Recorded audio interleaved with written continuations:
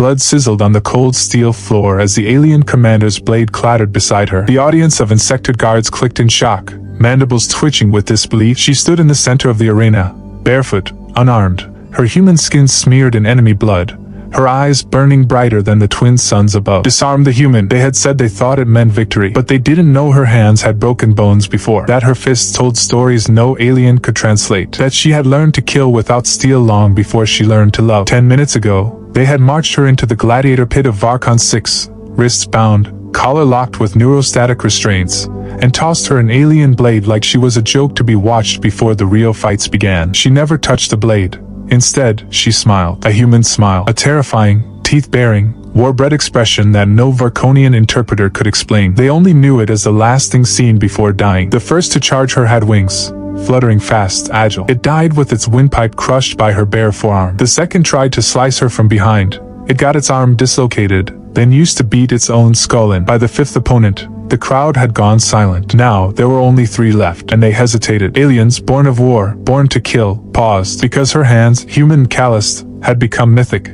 She raised one blood-slicked palm and crooked a finger. "Come on," she whispered. They didn't understand the words, but they understood the tone. Challenge, mockery, death. This was not a soldier. This was not a prisoner. This was not the end of her story. This was the beginning of theirs. The kind they'd tell their larvae about for centuries, if they survived, and none of them would. Agar apko ya kahani ka hook powerful laga. Towabi subscribe carrion, like carrion, or niche comment karka batayan, kia ap hote tu kia kardi, or han, dostum kusas share karna na bulan.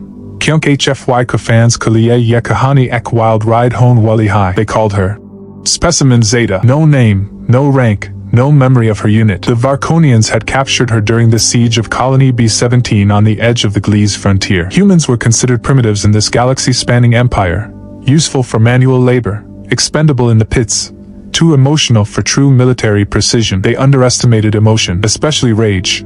Zeta had been kept in a plasma cage for 42 days. No food, only nutrient drips. Every day, alien scientists poked her, tested nerve responses, measured muscle twitch. They didn't know her body was healing itself faster than their scans could detect. They didn't know she was counting her breath, her blood pressure, the guard's shift changes, the weak point in the cage where the energy flickered, exactly every 97 seconds. On the 43rd day, they moved her to the arena. Entertainment, they said. Disposal. They threw her a blade out of mockery. Even that was part of the show. But Zeta remembered her training from Earth's Black Ops program, from cryo wars fought on Mars, from the time she spent in 1.3G gravity camps. Her body was a weapon, and even chained, even hungry, it knew how to kill. The aliens didn't understand it. She didn't need their mercy. She needed one opening. And when it came, the universe would bleed. Zeta's bare feet touched the coarse, hot surface of the Varkonian Colosseum, each step echoing in a chamber far too massive for comfort. The sky above was a dual sunset, 2 suns casting long, strange shadows across the jagged, blood-stained sand. High above in the amphitheater, thousands of alien eyes, compound, glowing, and soulless, stared down at her with amusement and hunger. She walked forward, hands still red from rusted restraints, body lean but scarred, face unreadable. A procession of guards, insectoid and armored in iridescent exoskeletons, shoved her ahead with electric prods. She didn't flinch. She didn't look up. She was counting her breath, measuring the distance from wall to gate, noting the guards' leg patterns, scanning for the familiar flicker of shield generators overhead. This wasn't fear in her bones. It was calculation. To the Varkonians, humans were amusing curiosities, soft-fleshed, short-lived, unnecessarily emotional. They believed she was no different. A captured soldier, stripped of her unit insignia and dignity, dragged into their arena like a sedated animal for public entertainment. They had done this before. She wasn't the first human to fight here, but if the rumors were true, she would be the last. The crowd clicked and shrieked in their strange tongue as the master of ceremonies, a bloated creature with too many mouths, announced her with derision. A hologram above flickered to life, displaying her file. Asterisk specimen Zeta. Species, Homo sapiens. Combat rating, 2 out of 10. Threat level, negligible.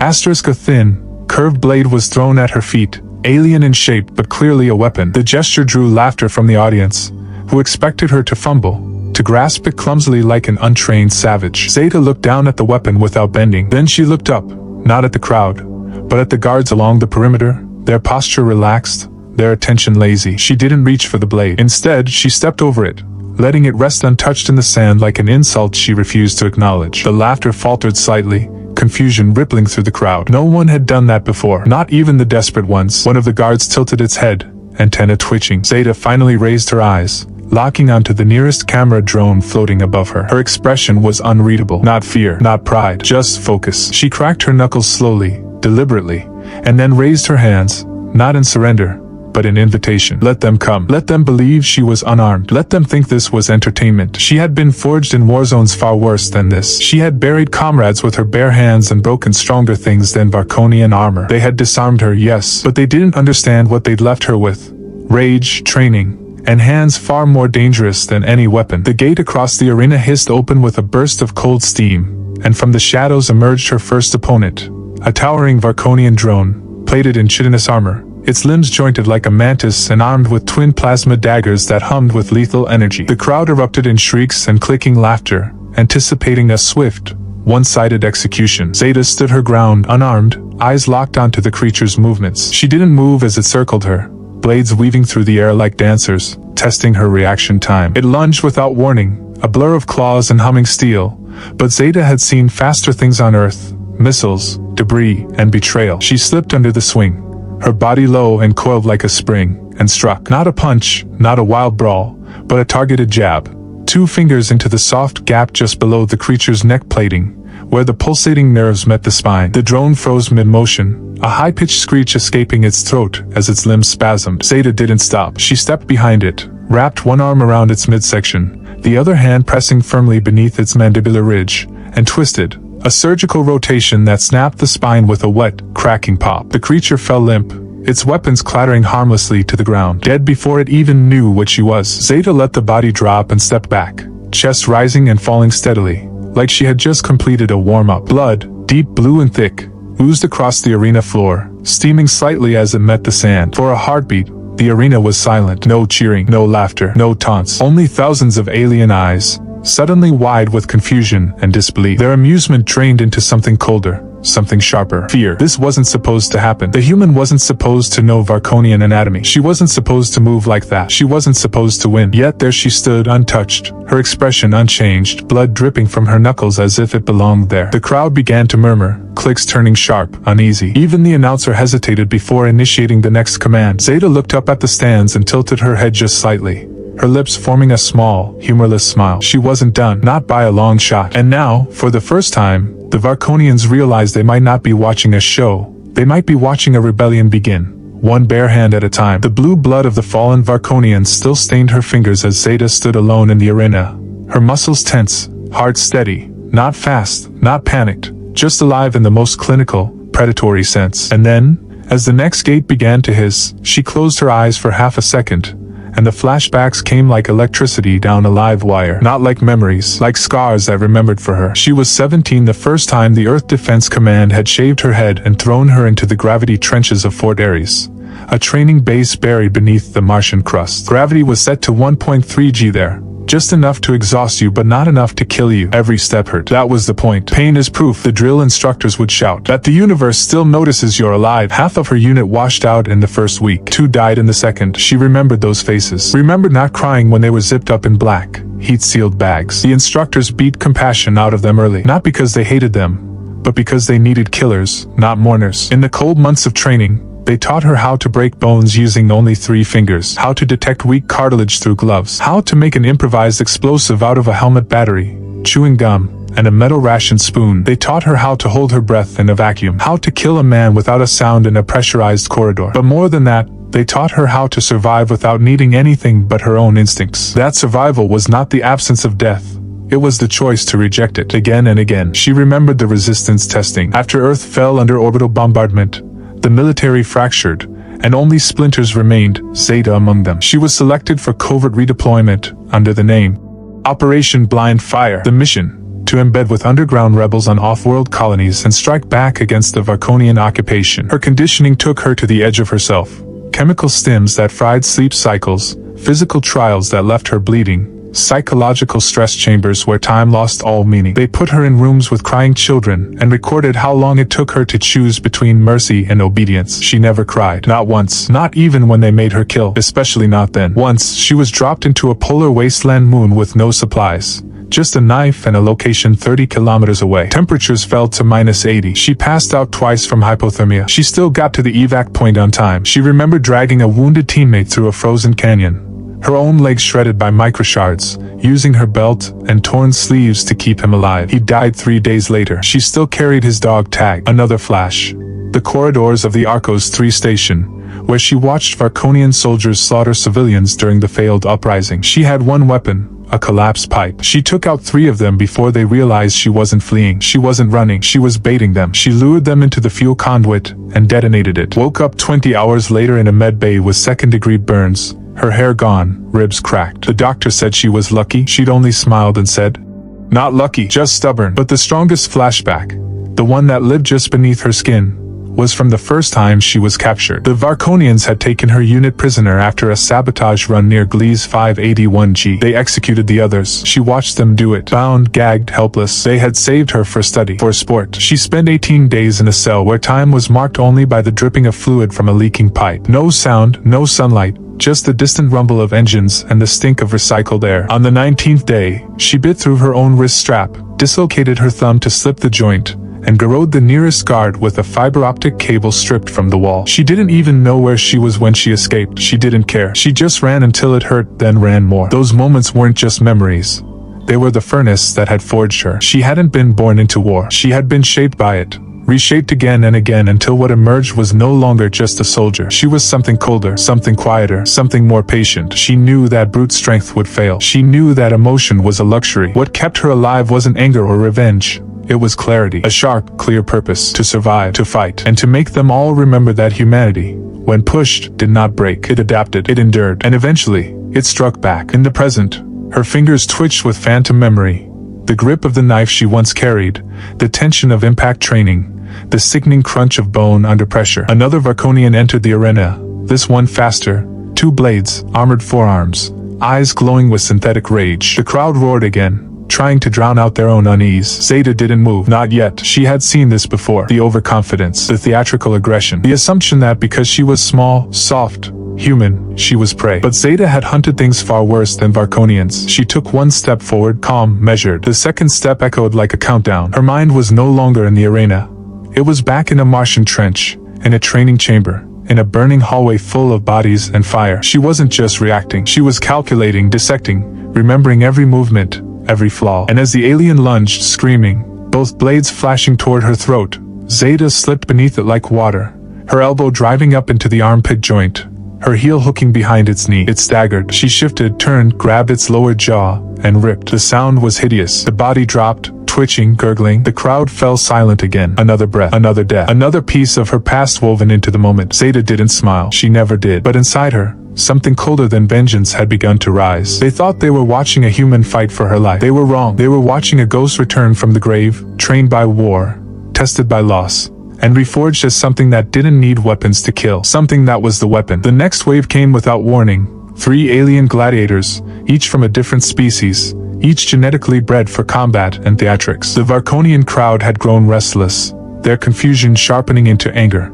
their hunger for blood turning desperate. This was supposed to be a spectacle, not a humiliation. Zeta's previous kills were already echoing in the minds of the commanders watching from the royal booths above. 1 or 2 kills could be called luck. 3, a problem. 4, a threat. So now they sent in more, believing that numbers and savagery would overwhelm the fragile human in the center of the arena. They didn't realize they were feeding wood to a fire that had long since become self-sustaining. The first gladiator, a lumbering Groxan brute twice her height, roared as it charged, wielding a twin-headed flail attached to each arm. Each step made the sand quake, each swing a blur of sharpened metal. Zeta didn't meet its charge head-on. She sidestepped, keeping the sun behind her, forcing it to squint through the glare. She fainted right, then ducked low, letting its massive flail smash into the sand where she'd stood. Before it could recover, she slid between its legs, rising behind it. One swift kick to the back of its knee, and it staggered. She climbed onto its back with fluid ease, jammed her fingers into a soft gland just below its rear plate, and drove a vicious palm strike into the base of its skull. It groaned and dropped like a building collapsing, its eyes rolling back in stunned disbelief. Not dead, but out cold. She didn't need to kill it. Not yet. Not when fear was the better weapon. The second came at her fast.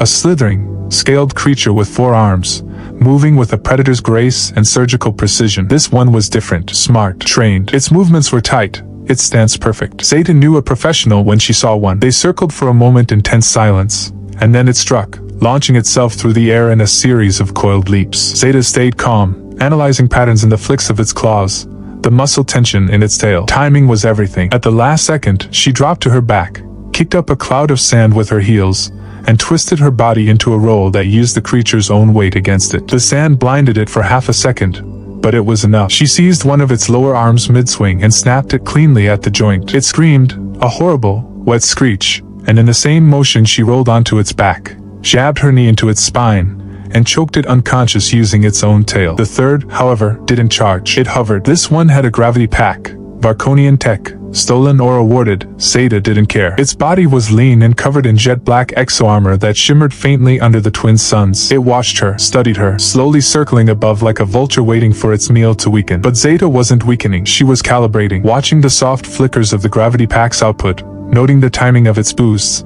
the angle of its drift. She remembered training drills where soldiers fought in low-gravity domes, learning to weaponize movement, momentum, and mass. She let the armored flyer descend just close enough to think it had an opening. When it lunged with a plasma spear, she ducked, grabbed its leg mid-swoop, and used its own propulsion to hurl it headfirst into the arena wall. Sparks exploded. The pack flared uncontrollably, sending the body bouncing like a ragdoll across the barrier, before it collapsed in a heap, unmoving. The crowd gasped. Zeta stood alone again, surrounded by unconscious and twitching bodies, her breath steady, her body bruised but intact. She hadn't used a single weapon. The only tools she needed were gravity, timing, anatomy, and fear. And now that fear had taken root in the hearts of the crowd. She could feel it in the silence, in the tension that coiled through the air like a taut wire ready to snap. The audience had come to watch a beast be torn apart. Now they stared at a storm wrapped in human skin, and they didn't know how to process what they were witnessing. And Zeta, she used that fear. She weaponized it. She turned slowly,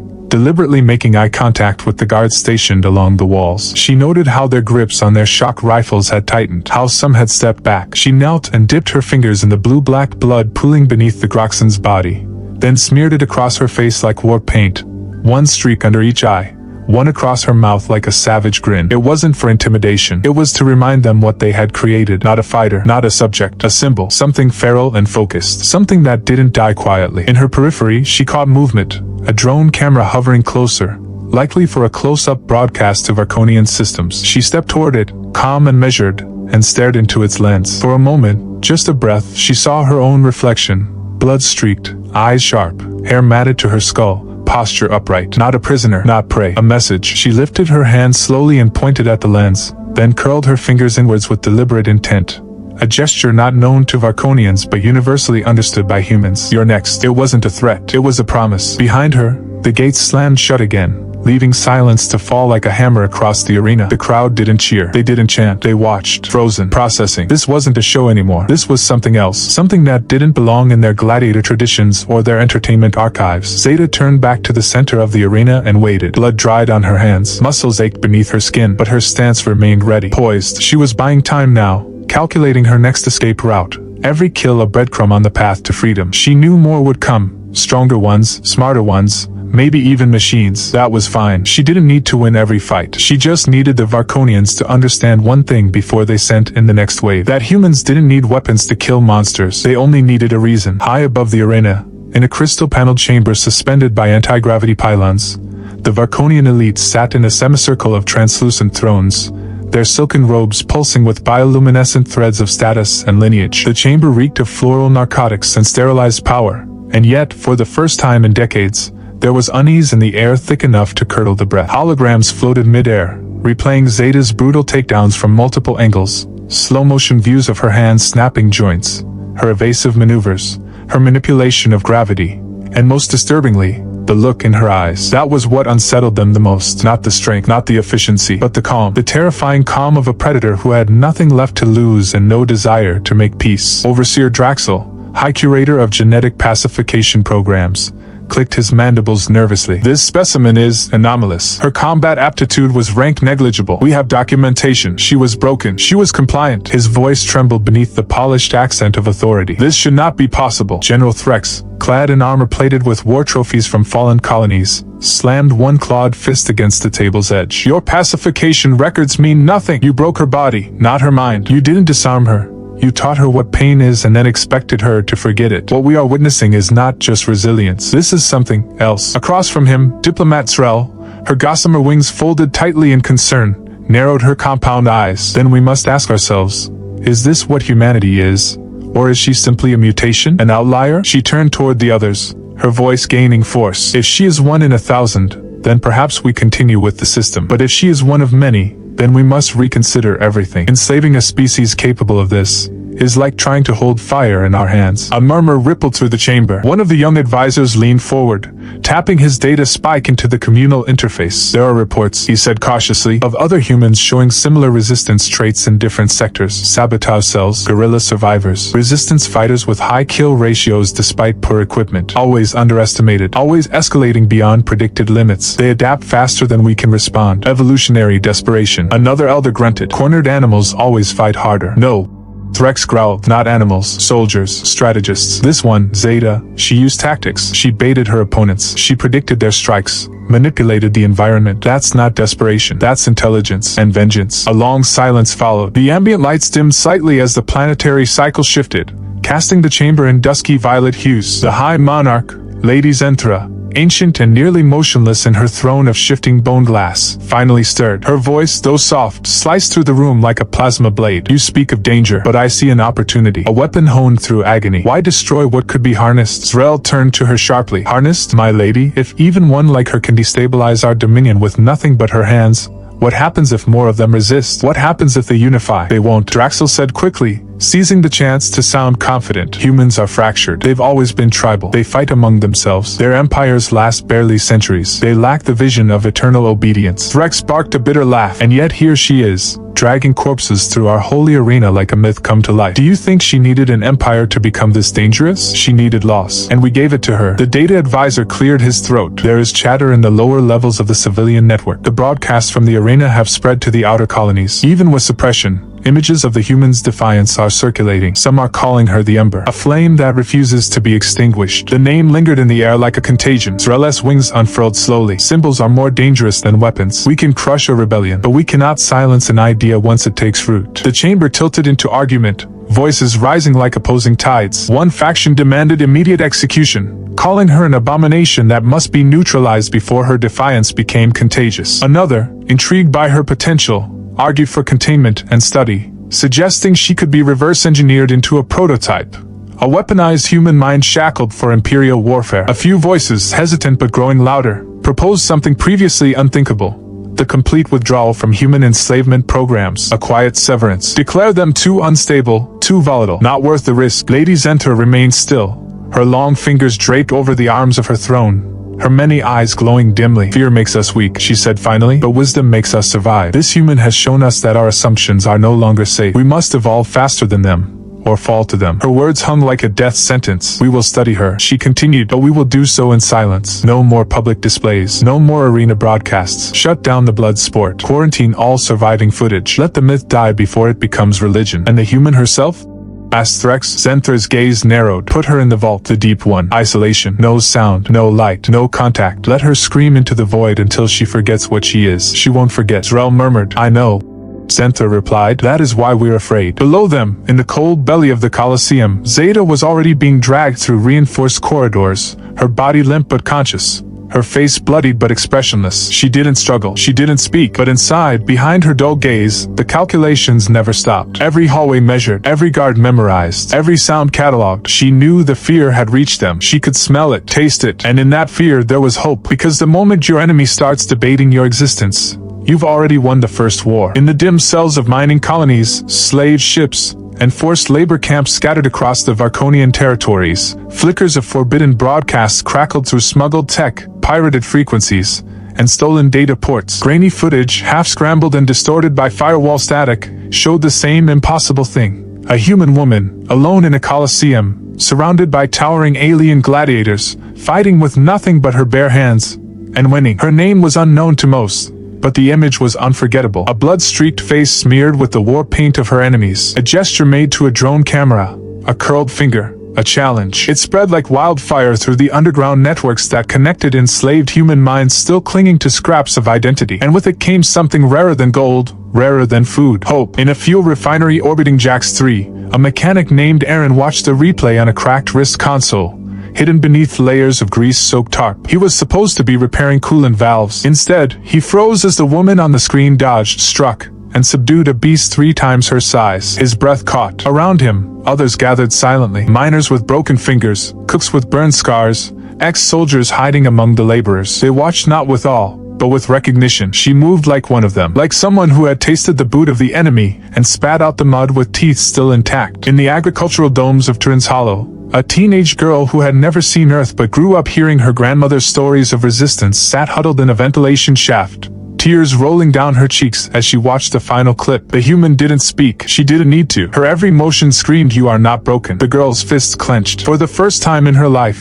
she didn't feel like a slave. She felt like a fuse. Zeta's fight wasn't just a broadcast. It was a code, a message stitched between every dodge and strike. Asterisk, "We are still dangerous." Her defiance shattered the myth of Varkonian supremacy more than any weapon ever could. Because it wasn't a military that had stood up to the Empire. It was one person, alone, unarmed, and still standing. That image, that symbol, it did what no raid or sabotage had accomplished in years. It united them, not under a flag, not under a command, but under an idea that resistance was still possible. The ripple turned to waves. On the penal asteroid Zurak 9, a group of humans scheduled for disposal overpowered their guards, using stolen tools and their own chains as weapons. When asked why they revolted, their leader simply said, "Because she reminded us what we were." In a prison hulk orbiting the acid sea of Venrix, inmates started carving her image into the walls, just her silhouette, arms out, blood trailing down her face. It became a sigil, not of victory, but of rebellion. The kind that doesn't wait for orders. The kind that doesn't care about winning, only about rising. In the slave markets of Teshvar Prime, rumors circulated that auctions had been disrupted, that entire lots of humans had refused to kneel, standing silently while buyers debated their usefulness. Some called it a glitch in the pacification programs. Others whispered that the humans were no longer afraid, that they were waiting, watching, planning, and in the Varkonian intelligence hubs, panic bloomed. The footage had been meant only for elite audiences, but fragments had slipped through firewalls, encrypted and smuggled through maintenance spots, sneaked past watch drones, shared through blinks and nods in forced labor zones. Despite aggressive suppression efforts, the myth could not be erased. For every file deleted, another 3 reappeared. For every camp purged, another riot flared. Zeta's rebellion had metastasized, not as a military campaign, but as a belief, a decentralized storm with no command center, no leader, and no clear plan. Just momentum, just rage, just hope. Back in her cell, buried deep beneath layers of stone and silence, starved of light and warmth, Zeta sat in darkness. She didn't know that her fight had been seen, didn't know that across the stars, her image was etched into walls, whispered into ears, and painted across ship hulls with stolen blood. She had no contact, no updates, only her thoughts, only the steady burn of unfinished war in her chest. They had tried to erase her again, this time not with pain, but with isolation. But even in solitude she didn't break, because she understood something now. Her strength wasn't in killing, it was in being seen. Her resistance had never been about winning the fight in the arena. It had been about showing others it was possible. She had carried defiance like a torch, and now that fire was spreading without her needing to move. That was her revenge. That was her war. Not against the Varkonians, but against the lie that humans were defeated. In one forgotten corner of the galaxy, a child born in chains turned to their mother and asked, "Is the fire woman real?" The mother, her eyes hollow from years of grief, looked at her child and, for the first time in a long time, smiled. "Yes," she whispered, "she's real, and she's not alone anymore." The revolt hadn't begun with a battle cry. It hadn't begun with weapons or leaders or plans. It had begun with a woman in chains refusing to die on someone else's terms. The ground was cracked and scorched, a jagged wasteland of old battles and buried ghosts. It was not an arena this time.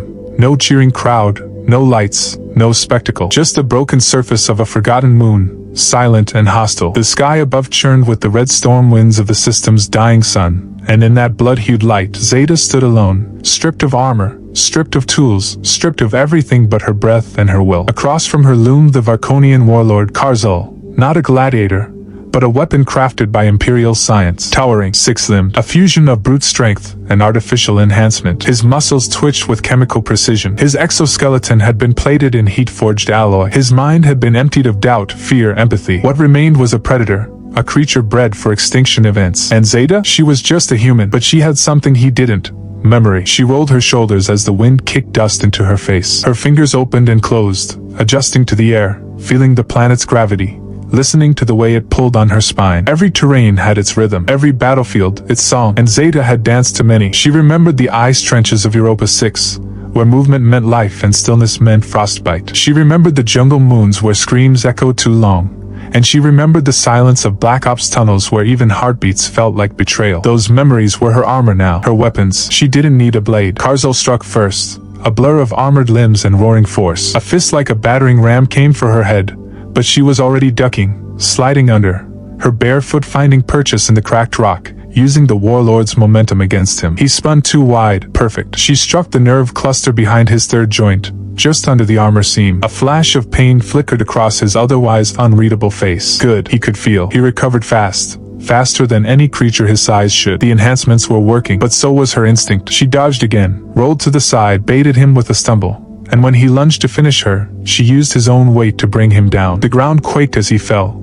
and dust swallowed them both in a red-brown cloud. She didn't wait. She climbed his back like a storm, fingers searching for gaps in his armor, remembering every joint design, every weakness the Empire had used before. This model was advanced, yes, but it was still based on a system, and systems could be broken. He roared, flinging her off. She landed hard, ribs screaming, blood in her mouth. But pain was just data. She got up. He charged again, this time adjusting. He'd learned. Good, so had she. He was faster now, but more aggressive, more direct. She used that feigned vulnerability, staggered, lured him in. When he swung, she caught his wrist between her forearms, redirected it into a jagged pillar of obsidian left from an ancient explosion. His forearm cracked against it, bone or metal, didn't matter. He howled, stumbled back, and now she was on him again, using the environment like a weapon. Rock became hammer, dust became distraction, gravity became her ally. He tried to crush her with his lower limbs, pincers flailing, but she slipped into the blind spot his designers had never considered, a place no human had survived long enough to exploit. She drove her elbow into his throat, then her knee into his lower abdomen, crushing the power relay embedded there. Sparks erupted. One of his legs buckled, but he was still dangerous. He grabbed her by the throat, lifted her into the air. Her vision dimmed, her spine screamed. But then memory, a drill sergeant's voice. Asterisk, control your breathing. Count the seconds. Find the weak point. Asterisk, her fingers found the cartilage joint under his jaw, a spot they hadn't armored, believing it unnecessary. She drove her thumb into it, not once, but 3 times. He dropped her. She hit the ground gasping, rolled, came up into a crouch. He was staggering now, leaking coolant and blood, eyes wild with the first taste of real fear. You were made to end wars, she rasped, circling him. But I survived them. He charged, final, desperate. She ducked under his arms, spun behind him, and leapt onto his back. One hand grabbed the ridge of his collarbone, the other plunged into a seam in his spine. She'd seen this tech before, in field surgeries, in postmortems. She knew where the neurocore sat, where the synaptic dampeners linked. With a scream born of every scar he represented, she tore the panel free and crushed the core with her bare hand. He froze, then dropped like a mountain. Silence returned. Zeta stood over him, her chest rising and falling, coated in blood that wasn't hers. The wind howled through the wreckage, and somewhere beneath the moon's surface, old machinery groaned. But above ground, there was only the stillness of a fight finished. She didn't raise her arms. She didn't scream in victory. She simply closed her eyes, exhaled, and let the adrenaline burn out of her veins like smoke after fire. This wasn't about revenge. It wasn't even about survival anymore. This was a statement. She had faced the Empire's most perfect killer with nothing but the battlefield in her bones, and won. And even if the Empire buried this, even if they tried to erase her again, it wouldn't matter, because rebellion didn't start with victories. It started with moments. This was one. The warlord's body lay still beneath the swirling crimson dust, his mechanical limbs twitching with fading sparks, a symbol of everything the Empire had once believed unbreakable. Zeta stood over him, bruised and bloodied, bones aching, lungs burning, but unbowed. The wind carried her silence like a final verdict, not of triumph, but of defiance fulfilled. She didn't gloat. She didn't collapse. She simply stood, chest heaving, as the ancient moon bore witness to the end of a nightmare born in Imperial labs and engineered for domination. She hadn't just defeated a weapon, she had dismantled an idea, that humans were weak, predictable, containable. In that moment, she was no longer a prisoner, no longer a fugitive of war. She had become something more, a signal, a fracture point. On distant worlds where humans toiled under Varconian chains, the transmission reached encrypted channels within minutes. The final fight had been meant to be buried, locked away in black archives. But the rebellion's network had evolved. Eyes were everywhere now, inside their own systems, Human sympathizers and artificial intelligences loyal to the cause leaked the footage, first in whispers, then in roars. On mining colonies, prisoners crowded around makeshift projectors, breath held as they watched Zeta's silhouette rise against the backdrop of dust and death. When the warlord's body hit the ground, cheers erupted. Guttural, primal, decades in the making. Children born in captivity shouted her name, fists in the air. Old veterans who had given up on Earth blinked back tears, murmuring it like a forgotten prayer. Zeta. It wasn't just a name anymore. It was a cipher, a banner, a reason. She had one not for herself, not for vengeance, but for all of them. For every throat that had been silenced, every back broken under the Empire's weight, every soul told they would never rise again. In the slave quarters of Teshvar Prime, a riot broke out before the guards could react. But this time, it wasn't chaos. It was strategy. Organized, measured, planned. Dozens of humans moved in unison, disabling power nodes, locking down sections of the barracks, rerouting control systems. The Varkonians had grown complacent, trusting their superior tech. But Zeta's victory had taught her people something crucial. The Empire could be hurt. And if it could be hurt, it could be dismantled. The news reached the Varkonian High Command faster than they expected, and for the first time, their council chamber felt like a sieged bunker. Panic bloomed like mold across their ranks. Governors reported increased resistance. Communications relays were bombed in synchronization. Entire labor camps had gone dark. What the Empire couldn't understand was that they hadn't just lost a soldier. They had lost control of the story. Zeta had rewritten the narrative from slave to symbol, from captive to catalyst. Her legacy wasn't in the bodies she left behind. It was in the voices she raised. On the agricultural moons, the name was carved into walls and sung in hushed lullabies, Zeta. On rebel ships, it was painted in bold strokes across their hulls. On captured comms arrays, her silhouette was broadcast into orbit, arms outstretched, eyes like fire. In underground bunkers and hacker dens, operatives encoded her tactics into training programs, calling them Zeta protocols. To speak her name was to remind others that fear had a limit, and she had shattered it. And yet, Zeta herself remained unseen. The Empire, furious and flailing, tried to erase her again, declared the footage fake, claimed the warlord had been assassinated by poison, called it propaganda. But the damage was done. Truth didn't matter anymore. Belief did. She had become myth, yes, but she had earned it. The myth was born from fact, and that made it unstoppable. Even those who had never seen her now imagined her. The fire in her fists, the weight of her silence, the way she moved like vengeance remembered. In every prison cell where a human clenched their jaw, in every mind where someone worked a little slower, a little more deliberately, there was now that same thought. Asterisk, what if I could be Zeta? And across the Empire, that thought turned to action. A cargo hauler disguised as an ore freighter rammed a Varkonian patrol ship and released its human crew into the void, not to die, but to rendezvous with a rebel extraction pod waiting in stealth orbit. In the Talrun system, 5 labor camps coordinated a simultaneous uprising, using nothing but scrap metal and smuggled comms. In the capital city of Vrazul, a young human translator working inside the governor's palace poisoned the water supply just enough to paralyze guards and unlock cells beneath the complex. He signed his message on the wall in the dust. Asterisk, Zeta lives. She didn't need to lead them now. Her war had already won its most important battle, giving humanity its spine back. The uprising that followed wasn't clean. It wasn't beautiful. It was brutal, messy, full of sacrifice and setback. But it was alive, and it could not be stopped. Zeta herself, hidden away by sympathetic rebels who had pulled her from the battlefield before the Varkonians could find her again, lived in shadows. Her body healed in fragments. Her mind remained sharp. She didn't speak much. She didn't need to. Her very presence was enough. Some called for her to take command, to lead the growing rebellion from the front, but she refused. This was never just mine, she said once to a young freedom fighter who asked why she stayed hidden. This belongs to all of us now. And so her legacy moved without her. A ghost that sparked revolutions, a name that echoed across galaxies. Zeta, the unbroken, the hands that defied weapons, the storm born in chains. Her story traveled faster than ships, etched into the minds of generations to come. She had entered the Empire's arena to die. Instead, she gave birth to a movement. Zeta had won, not with weapons, not with armies, but with the terrifying truth that one human, armed only with memory and pain, could ignite a war that would burn across stars. Zeta's war was never meant to be remembered in medals or monuments. It lived in the fire she sparked, in every clenched fist, every stolen breath of freedom, every whisper of rebellion carried across the stars. Her story ended where countless others began. She wasn't a savior. She didn't want to be. She was a mirror, showing humanity what they still had: strength, fury, and the will to rise. The Empire would fall, not in a single moment, but in thousands, because of her. And somewhere out there, on another broken world, another soul would stand, hands bare, heart burning, and remember the name that lit the fuse: Zeta. If this story gripped you, moved you, or reminded you of what it means to fight, Don't forget to like, share, and subscribe. Drop a comment to let others know what part of Zeta's legacy resonated with you the most. The uprising lives through the stories we pass on. Keep it alive.